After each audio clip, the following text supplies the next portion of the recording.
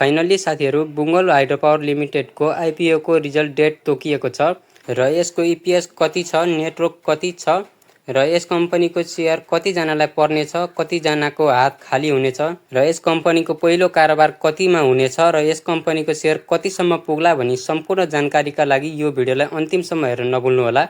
सबैभन्दा पहिले यस कम्पनीको नेटवर्क र इपिएस हेरौँ।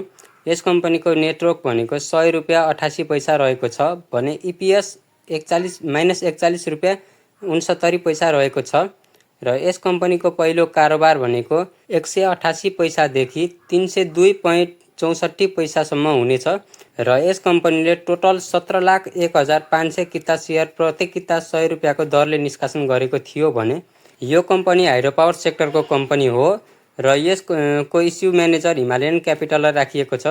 यस कम्पनीको आइपिओ भर्नेको संख्या 22,53,254 जना थियो भने आइपिओ पर्नेको संख्या भने 1,70,150 जनालाई मात्र आइपिओ पर्नेछ र 20,83,104 जनाको भने हात खाली हुनेछ।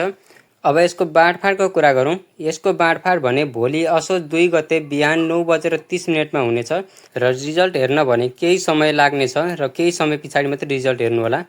र यसको मूल्यको कुरा गरौँ। यसको मूल्य कतिसम्म जाला त? यसको मूल्य अहिलेको हालको परिस्थिति अनुसार यसको मूल्य 700 देखि 800 प्रति कितासम्म पुग्न सक्ने सम्भावना छ।